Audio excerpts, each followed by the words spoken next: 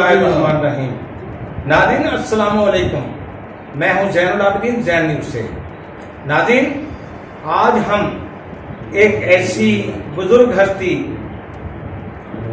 علم اور عمل دونوں میں وہ معروف اور ان پہ ان کا بہت زیادہ جو ہے وہ علم کی جو شناسی ہے ان کے پاس ہے. میرے پاس الفاظ نہیں ہے کیونکہ ایسے الفاظ ان کی تعریف کے لیے میں الفاظ ادا نہیں کر سکتا. تو شاہ والا شریف میں تشریف لائے ہیں ہم جناب الحاج فقیر محمد اسماعیل الحسنی صاحب کے پاس. وہ ہمارے ہاں اس پورے علاقہ میں جتنا علوم دنیا اور علوم دین ان کے پاس ہے شاید ہی کسی کے پاس ہو. سب سے زیادہ وہ جو علم کا گنجینہ تھے حضرت مولانا صاحبزادہ عبدالحق صاحب دامت برکاتہم عالیہ، اللہ نے غریق رحمت فرمائے. میں ان کا بے حد جو نا وہ ماننے والوں میں چاہنے والے میں ہوں، لیکن جو فارسی اور عربک میں جو علوم حضرت الحاج فقیر محمد اسماعیل حسنی صاحب کے پاس ہے میں اس علاقہ میں نے کسی کے پاس نہیں دیکھا. جناب السلام علیکم. وعلیکم السلام ورحمۃ اللہ وبرکاتہ. جناب کہ بہت کا بے انتہا شکریہ. اور آپ کے رفیق اہلن جی ماریہ زیردار ماریا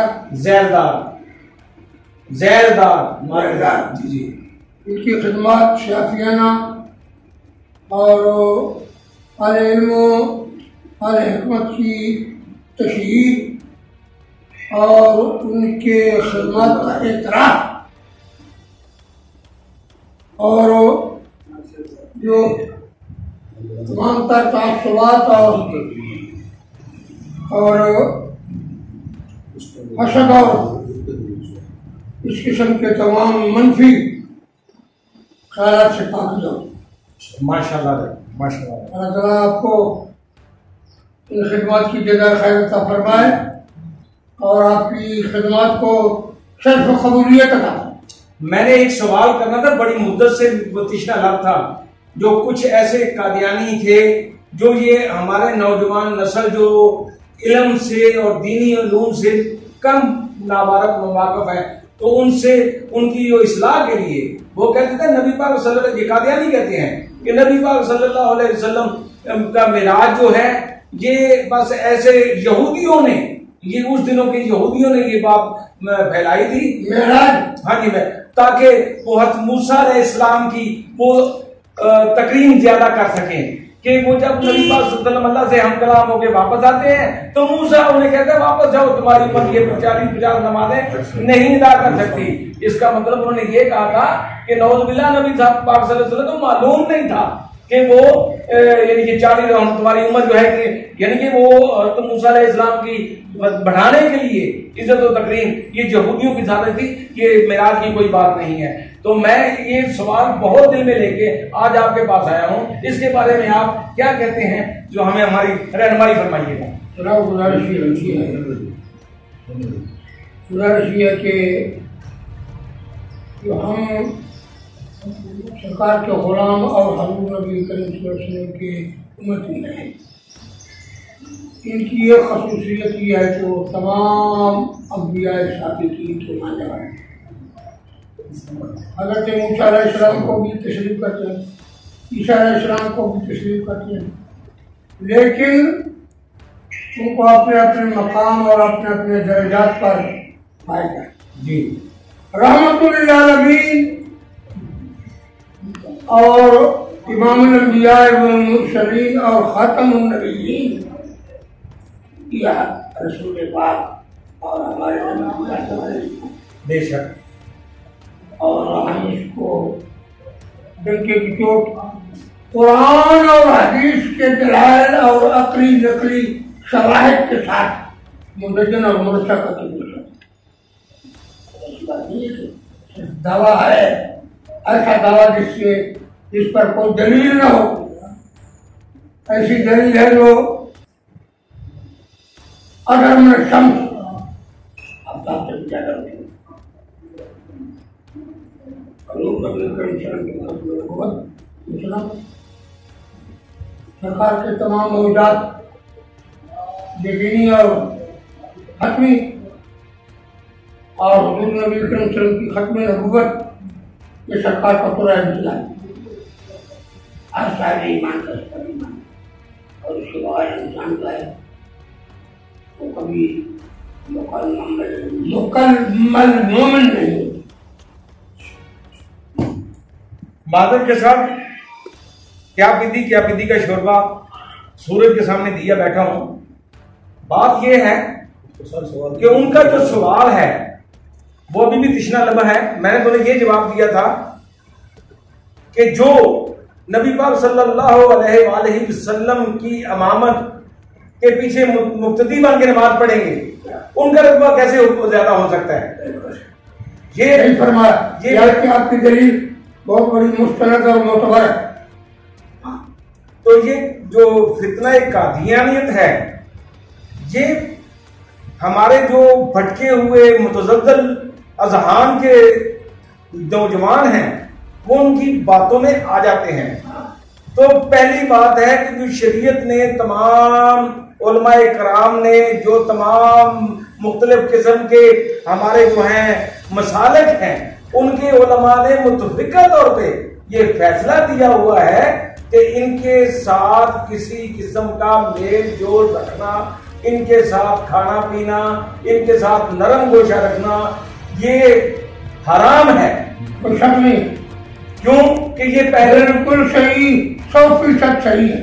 کیونکہ یہ پہلے مسلمان تھے بعد میں قادیانی ہوئے ہیں لہذا مرتد ہوئے ہیں. تو ان کے ساتھ شریعت اور جو پاکستانی آئین ہے آئین کے مطابق بھی یہ ہے کہ یہ اپنے آپ کو مسلمان ڈکلیئر نہیں کر سکتے لیکن یہ کہتے ہیں ہم احمدی ہیں، ہم مسلمان ہیں، احمدی مسلمان ہیں.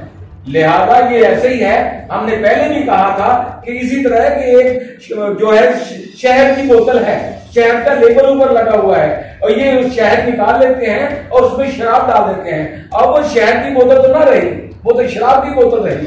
ہم شہد کی بوتل مسلمان ہیں اور یہ شراب بن کے قادیانی آئے ہیں اور خود کو کہتے ہیں ہم مسلمان ہیں. آپ دیکھیں کہ آپ سے بھی یہ ہے کہ عیسائی ہیں وہ اپنے آپ کو مسلمان کہتے ہیں؟ نہیں کہتے.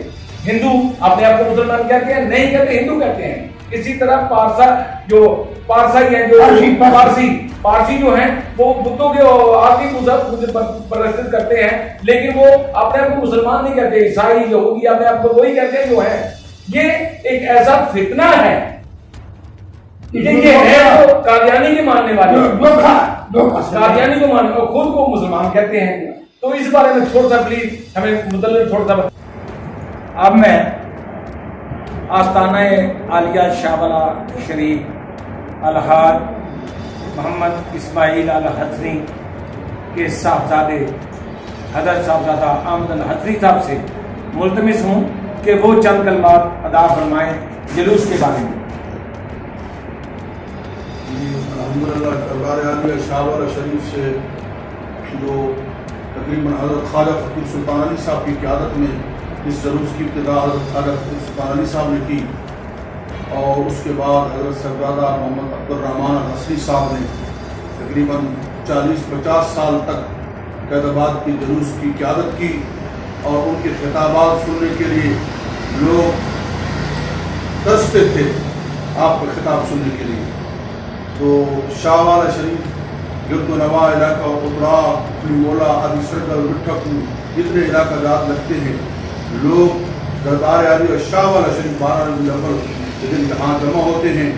سینکڑوں کی تعداد میں نہیں ہزاروں کی تعداد میں جہاں جلوس روانہ ہوتا ہے. تقریباً 100 گاڑی کے اوپر مشتمل اور 700-800 موٹر سائیکل اور ہزاروں کی تعداد میں لوگ ساتھ شامل ہوتے ہیں. اس جلوس کی قیادت پہلے حضرت فقیر سلطان علی صاحب کرتے تھے. اس کے بعد حضرت صاحبزادہ محمد عبدالرحمن الحسنی صاحب اور سجادہ نشین استاد العلماء حضرت صاحبزادہ محمد اسماعیل الحسنی صاحب کے والد گرامی آپ فرماتے ہیں. اور اس وقت بھی اس 12 ربیع الاول کے جلوس میں بھی حضرت صاحبزادہ محمد اسماعیل الحسنی صاحبزادہ فقیر عبدالعزیز الحسنی صاحب جو صحیح جانشین ہیں روحانی پیشوا ہیں دربار عالیہ شاہ والا شریف کی انہوں نے قیادت کی. مرکزی جلوس یہاں سے جمع ہو کے حیدر آباد پہنچتا ہے۔ حضرات محترم، ہماری ساری جلوس کی قیادت جو ہوتی ہے، ہم اپنا جلوس دوسرے کے جلوس میں شامل کر دیتے ہیں۔ تو اس جلوس کو جمع ہوتا ہے، ہمارے علاقے کے جو لوگ ہیں سارے یہاں سے جمع ہو کے جاتے ہیں۔ تو یہ علماء مشائخ جو آج کل اپنے خطابات کر رہے ہیں اور اپنے آپ کو بہت بڑے عالم سمجھتے ہیں، تو یہ سارا جلوس شاہ والا شریف سے جمع ہو کے جاتا ہے اور اس میں وہ خطاب کرتے ہیں۔ تو کتنے عرصے سے طریقے کے ساتھ یہ سب جلوس جہاں شاہ والا شریف سے سارے لوگ، اس کے بعد پہلے ایک سٹیج ہوتا ہے لارے ہٹی کے اوپر، وہ بھی حضرات خطاب اس میں بھی تقریباً 2 گھنٹے وہاں لگا دیتے ہیں۔ پھر آگے چوک میں 2 گھنٹے وہاں لگا کے 4-5 گھنٹے ہم ان کو دے دیتے ہیں۔ آخر میں ہمارے پاس صرف 40 منٹ جو 35 منٹ ہوتے ہیں، تو وہ بھی جو 40 اور 25 منٹ ہوتے ہیں وہ سمجھتے ہیں کہ یہ بھی ان کو نہ ملے، کیونکہ مرکزی جلوس ہمارا ہے، شاہ والا شریف سے مرکزی جلوس جاتا ہے۔ تو اس دفعہ بھی الحمدللہ جو جلوس دربار عالی شاہ والا شریف سے گیا ہے، اس میں استاد العلماء، استاد عرب والعجم سردار محمد اسماعیل فقیر الحسنی صاحب نے زبردست خطاب کیا، اس کے بعد اور سردارگان نے بھی خطاب کیا۔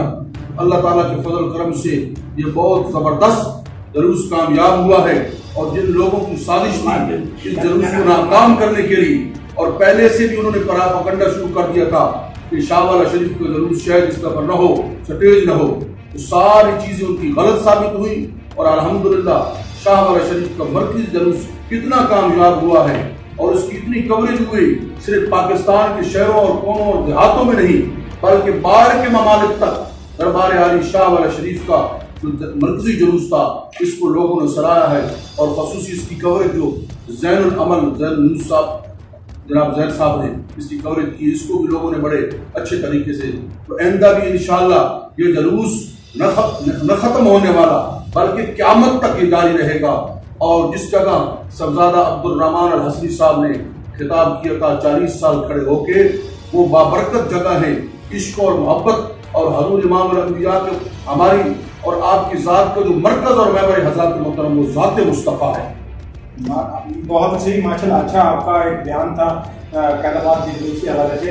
انا کلم یا شیخ، انت کم مرہ روح سعودیہ اور کیف سبھی عمرہ بالعمر حاضی وبعد انت تعیدی ترجع مو یعنی عادی انا كثير مشاكل. انت كلام کوئی شرعية؟ انا حججت مرة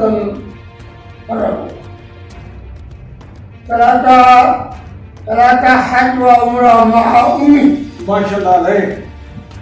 أمي عالمة زاهدة عابدة في المريدين، مش في المريدين بل في البلاد كلها هو معروفة عالمة فاضلة زاهدة ولية عابدة. الله أكبر الله أكبر الله أكبر. الله في علمنا وفي حجتنا وفي عمرتنا